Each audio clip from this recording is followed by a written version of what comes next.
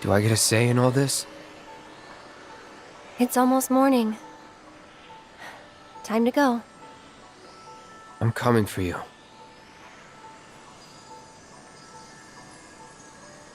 If that's what you want. Thank you.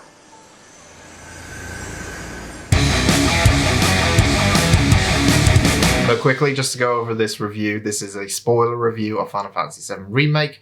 If you want to see a non-spoiler review, the link here is my non-spoiler review of Final Fantasy VII Remake. Go there if you want to be convinced or not convinced to buy this game. And then if you buy this game, come back here and watch the spoiler review. So that's your last warning. You have 2 seconds to leave. 1. Okay, spoilers are on. Now, I'm not going to go through every single thing that happens in this game. That I'll just be here for ages and ages, and I will probably talk about each particular thing for a long period of time, so I'm not going to do that. However, I will be going through things I really liked about this game, and basically things I didn't like about this game, and things I mentioned in my review that obviously I couldn't go into detail because spoilers, it changed the story and stuff, which I couldn't talk about in my review. I kind of just tried to hint at it a little bit, but I will obviously go into more detail here. The first thing I want to talk about is that fucking opening. Holy shit, that was amazing. The way that whole mission and all those missions kind of flow, it's kind of chapter 1 and chapter 2 and a bit. Basically, that's essentially what it is. But how they flow into one another, because this game doesn't really have loading screens that much. One of my personal highlights is the first time you meet Aerith. You know, she gives you a flower, and obviously she's got these ghost things going on around her, which we'll talk about later. But this time, just slightly playing the Aerith's theme, which is actually my favorite song in the whole of the Final Fantasy VII soundtrack. As soon as I heard that theme, when she gives you the flower, I just heard the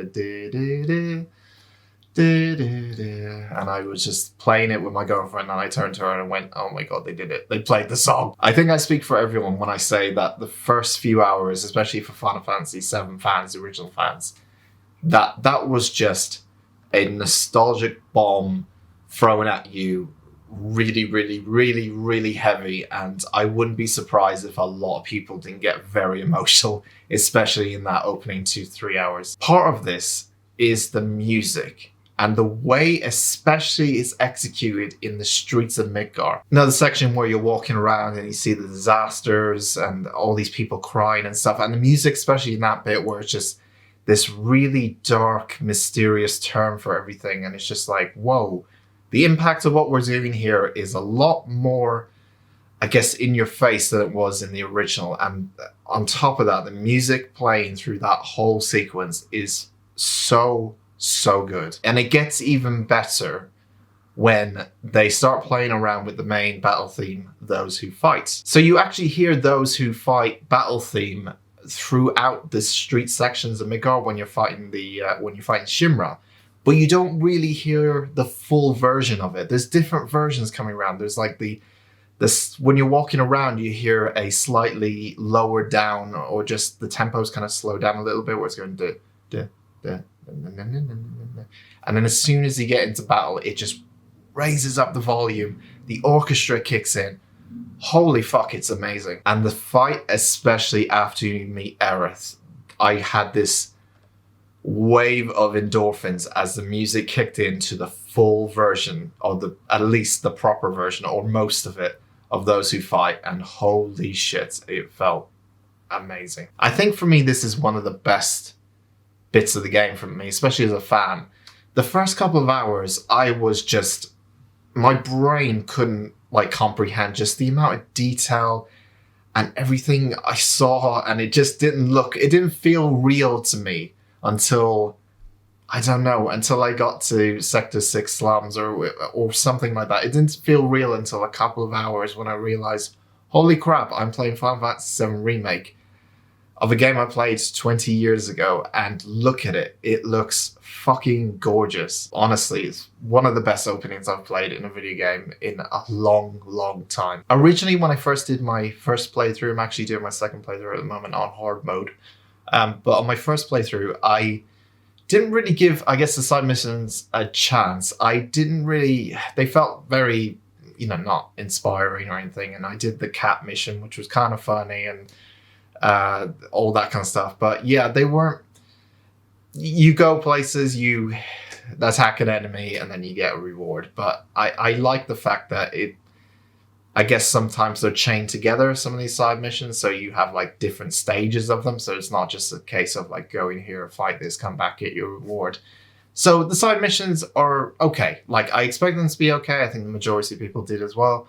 But they're nothing like Witcher 3, like in any kind of sense. They're nothing in terms of writing, in terms of how they're presented and how they kind of work into the main story. There's nothing like that in terms of what's here in Final Fantasy VII Remake, but that's absolutely fine. Let's talk about, and I know I'm jumping the gun a little bit, but it's probably on everyone's minds as soon as they finish this game, but let's talk about the Whispers, or the Ghosts, whatever you want to call them. So I know I'm jumping the gun here, but it's the biggest thing, I would say, especially for fans to come out of this game.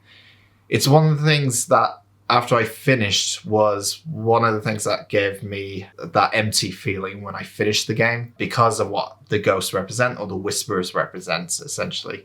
So these are, if I can get this right, the Whispers, or the ghosts you see, or Aerith sees, and eventually everyone sees, are echoes of the past. They are fate. They are destiny. They are trying to guide what is supposed to happen. And how they're doing this is they're taking the original story and saying that, okay, these ghosts are just basically trying to make sure that whatever happened in the original is happening here. And I started to figure that out, especially when they were doing stuff with Aerith, and she didn't seem bothered by the ghosts, like she knew what was coming. And there was a lot of things going on, especially in the graveyard, the train graveyard.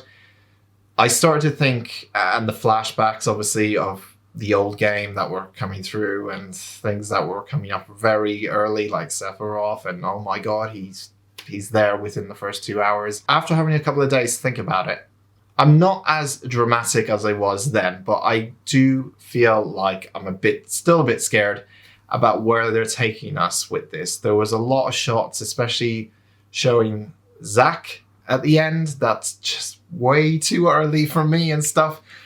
And it feels like they got a lot of stuff on the table. They basically presented everything that we didn't think we were going to see that early on. The meteor, everything that was kind of shown. And they presented a lot really, really quickly, which makes me think that they are not going to follow the original scripts. Or they're going to give you hope that certain things change later on in the story.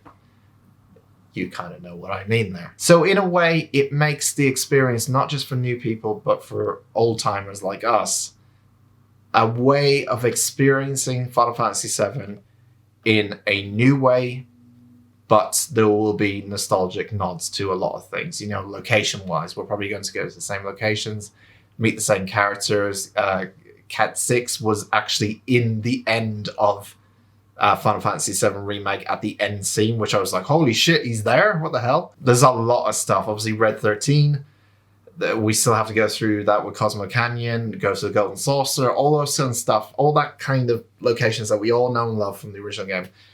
I do believe they're still going to be there, but I feel like just because of the way they presented, especially the ending of this game and what the Whispers represented, was that they are going in a new route. This is a new path, and there could be some surprises in terms of the characters' fates and even their backstories. How do we know that Cloud's backstory is not exactly as it was in the original in this game as well? And whether you like that or not, for me personally, the reason I fell in love with this game was the story. It was the characters. I felt like the whole story, yes, it's messy in places, and yes, there's a lot to go through with Final Fantasy VII, but I fell in love with this game because of that story. And I just wanted to experience, personally, I just wanted to experience it in a modern console with the modern graphics and everything, and I would absolutely be happy about it. Do I feel happy that they're changing that now, or probably going to change that in a slightly different way? meh. I'm just worried about the direction I'm going in. Square Enix, especially in the past, they haven't had the best record in terms of creating their new stories, and it feels like they just tacked on a new story to Final Fantasy VII Remake because, hey, everyone knows who Final Fantasy VII Remake is about, and it's great, and everyone loves it, and you should buy it. But if they're trying to put their new ideas onto this kind of IP, it feels a bit... I don't know. It's a worrying thing, but I'm just going to say time will tell. We'll see what happens with the next part, but we're here to talk about, part one, essentially. The next thing I want to talk about, which was a thing that really, really got to me, and I think is one of the best scenes in the whole, not just in the original, because I remember it so vividly in the original as well, is when Cloud is walking with Aerith through the slums on the rooftops and looking over the slums, essentially, and looking at the church and looking at just the landscape and the conversation between Aerith and Cloud as they're talking to one another, trying to learn different things about each other, and Cloud's realizing that this girl is very different to every other girl he's met. I know he's met Jessie, and we'll get into Jessie in a minute, and he knows Tifa, but Aerith, there's something different about her, and he starts to notice it in this moment. Easy now. You worry too much. I'm not some princess who needs to be coddled. Shit. That whole rooftop scene is fucking exceptional. Just the conversation between the two of them, the music and the scenery of everything you see involved is just one of the best scenes in this game, and I absolutely love it to bits. Let's talk about the women of Final Fantasy VII, actually. I think that's a good topic to talk about, because they do have a bigger role in this, obviously, and one of the biggest roles is Jessie. Lovely Jessie, who's always trying to fling and flirt with Cloud, it seems like, but she's also kind of an actress at the Golden Saucer, and her dad and mom work for Shinra, and all this kind of stuff. She's a lot more interesting, isn't she, this time around? Which is great, because the emotional impact you have on her death this time around. In the original game, it was like, oh, Jessie's dead, I guess. That's kind of what it was. Even though I felt sad she died in the original game, when I did play it, there just wasn't that much of a connection with her. She was the girl that showed me the map of, essentially Midgar, and occasionally talked to me now and again, trying to tell me to do stuff, and that was it. And then she fell down every time we did the bombing mission. That was it. But in FF7 Remake, she takes a shine to Cloud. She likes him. She likes him a lot. And some people may find that annoying. I played this game with my girlfriend, and she immediately hated Jessie because she felt like she was being very clingy, and she was just being all like over the top trope, just going to be like, oh, you're so cute. Da, da, da, da. I kind of like Jessie. She's just, because she was such, I guess, such a backstage character in the original. I like that she had she was more of a center stage character in this one. She felt like a main character in this game. I think they all did. Even Biggs, Wedge, they all felt like proper main characters in this one. So the impact of them dying, especially Jessie, and the rooftop scene is what I'd like to call it. I know there's two rooftop scenes with Aerith and Cloud, and then this, the tower scene, I would say, in the slums when the plate is about to fall. Like, her death is like, it has a lot more to it. I wasn't like super upset by, because I knew what was coming. I think they did a great job of making her interesting and having an actual role to do in this game. Whether you like her or not, she is a character that's very memorable in this story, and especially in this part of the Final Fantasy VII Remake. I also like what they did with Tifa. It was very obvious, especially at the very start, that she didn't like what they were doing in Avalanche, and she really just wanted to be free from all the danger, especially for Marlene's sake and everything. She was afraid of what Barrett and the group were going to get into. And especially towards the end, when the plate does fall, they do a lot of things, and you probably have noticed, with their hands. So when the opening bombing mission happens, Barrett is constantly doing this with his hand. He's clenching it. He's always clenching it every time he hears the word Shimra. Shimra. And this happens to Cloud. It's somewhere in the middle of the game. He starts doing that clenched fist kind of thing. And then towards the end of the game, when the plate does fall, Tifa sat there with her arms gripping. Now that Shimra has affected her life, originally she didn't want to have anything to do with destroying Shinra or anything like that. Cloud had a reason. Barrett had a reason. Tifa really didn't. She just kind of came along, and now she does because of what happened with the plates. And I think that was done fantastically. That was a really great character development they did for Tifa. Speaking of character development, let's talk about Roche. I don't know what to think of this dude. I saw someone put the other day on Twitter, I think, was that I really don't understand Roach because it seems like he's a guy who just wants to have sex with his motorcycle.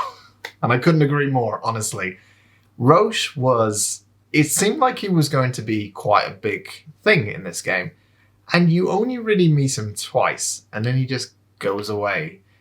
And his motivations for everything just seem to be, I want to fight Cloud, Strife. Or I want to race Cloud, Strife. In a weird, silly, manicky way he talks. He's a bit mad, I think. He's on something, clearly. Maybe he will turn up on part 2. Can't wait for that. That's another reason why I'm worried, because they're writing new characters in and they weren't really that great.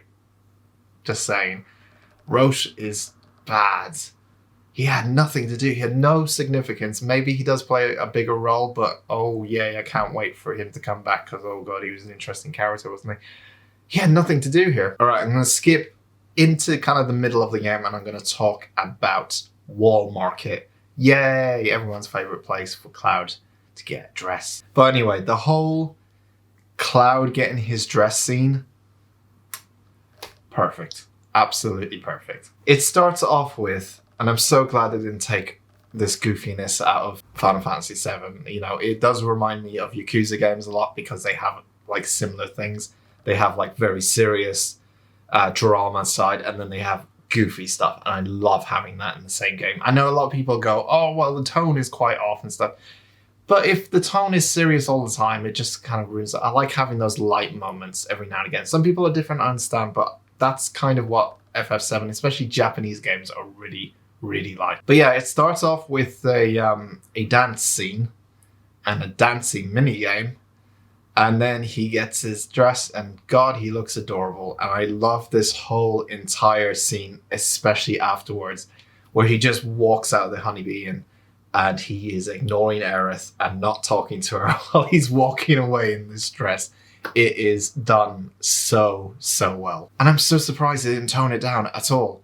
Like, the Don Corneo's mansion still has that sex dungeon in the basement with the long giant stairs. I thought that would have been gone.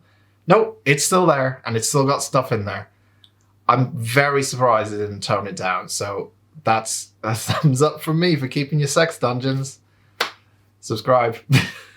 But yeah, I really like the Shinra, entering the Shinra building bit, because it was a much, much slower vibe, and you got to learn a lot very, very quickly, especially in the kind of VR area that they had. But yeah, I loved going through like the building and seeing the big tree in the middle and everything looking so detailed. But yeah, inside Shinra building, it's a lot more slower. The combat's obviously not there until you get to the very end, obviously. And yeah, I like the slower pace of it. It was very interesting just going through like different elevators, going up the different levels, learning different things. And I liked it. One of the things I really didn't like, holy crap, oh man, was the bit after you meet Hojo, and you have to go through the different, like I think it's 4 doors you have to unlock, and then you get Tifa and Aerith get separated, and Barrett, Red, and Cloud are by themselves, and you have to switch between both parties. Yeah, this is when Final Fantasy VII it goes on too long. And they did this a couple of times with filler in between missions and stuff, because obviously you couldn't fit technically a 6-hour game from the original, or at least the Midgar section, into a 30-hour game. There are things that just go on way too long, and one of them was the bit after you meet Hojo, or the bit where you save Aerith, and you are going through different bits and trying to unlock doors, and oh, the door's open, oh, door's locked, door's open, oh, door's locked, door's open. I didn't like it at all. Yeah, the Final Fantasy VII Remake suffers from this a lot. It just suffers from going on way too long, the sewers especially, and the train graveyard especially, Jesus. Things go on way too long than they should in this game, and I understand why, but you could fill it with interesting things, you know? Like, I liked going to different towns and exploring them and finding out different things in there. Even though there wasn't a lot and there are just side missions in towns, there was still something to kind of look and do. But when you get to these sections where there's no side missions, but it's a big long level, like you have to escape, it's just mind-numbing a little bit. So it's especially the bit with the Hojo's laboratory bit. That's probably the worst level in this entire game. I absolutely despise it. One thing I did like is Hojo. Oh man, he's still creepy, isn't he? Even more creepier than I thought he would be. He is, like, as he should be. I think every single Shinra character is pretty much perfect. Heidegger is just a stereotypical evil pirate-looking guy who just laughs all the time and chuckles to himself. Present Shinra is just not interested, does his face a lot, where he's like, yeah, sure. He's just very laid back half the time until he actually has a little monologue towards the end. And Rufus is back, and he's one of my favorite characters ever. I'm so glad he actually is in this. I know he was always going to be in it, but I'm so glad he kind of was shown in this part 1 of the remake. And you had the amazing battle you had between Cloud and him on the rooftop of the Shinra building. So good, so fun, just as I remembered it back in the day. So I'm going to skip right to the very end. I'm going to talk about the battle with Sephiroth. I understand why they're doing this, because they're like, we have to fight him to change the course of destiny. But that fight was pretty fucking cool, I gotta be honest. If you think about it, I know the whole thing was just like, it felt very much of a downgrade because of what was going on with the story and stuff. But if you actually look at the fight, it's quite amazing. Like, it's very, very spectacular. A lot of these fights, especially, are super, super spectacular, especially if you bring in summons to the battles and stuff. Listen, there is so many things I could talk about with this game. Like, I love the majority of it. I absolutely love a lot of it. I think this is an incredibly well-crafted game. I love how it wasn't just an open world game where it's like, do a bunch of missions here and stuff. It was actually more linear than I thought it would be. I thought it'd just be a lot more open world, but I'm glad that it's a lot more linear, because that's what this game should be. It is about the story. It's about the characters, and they executed it so well for the majority of this game. When it comes to the ending and what's coming in the future and the doubts a lot of people will have about where this is going, is this actually our remake? Is this what we think it's going to be of the original Final Fantasy VII? Or is this a case of, no, we're going to try to do things differently and we'll see if people like it or not? I don't know. I don't know where it's going to head in the future. I don't know what exactly the story is going to be. I don't know whether I'm going to like it or not. All I know is that this game is so beautifully created, made, done, whatever you want to call it, that it was a joy to play. Like, it was a real joy to play, and I couldn't stop playing this game. As soon as I booted this game up, not just nostalgic memories came back, but just the pure epicness of how this game plays. And that's such a terrible word to describe something, but just the feeling of how big this game is. From music to sound to the pyrotechnics and crap going all over the screen, the sparks coming off the sword. Just everything about it was just near perfect. It was that for this game for majority of it. Like, I couldn't expect any better from it.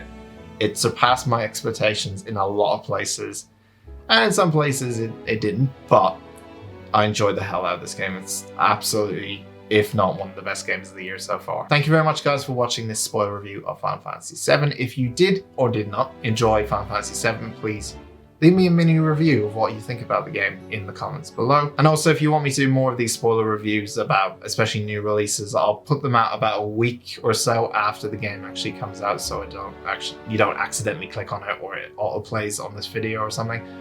Then let me know by giving a thumbs up on this video as well. Okay, I'm off to play it in hard mode, which is very, very hard, by the way, if you ever played Final Fantasy VII Remake on hard mode. Holy crap, it's really hard. You can't use items, so Cure spell is probably going to be your best friend for a long period of time. So if you are playing on hard mode, also let me know and how your experience is going so far. It's kind of tearing my hair out a little bit, but I'll get through it. But anyway, thank you very much for watching. I'll see you next time.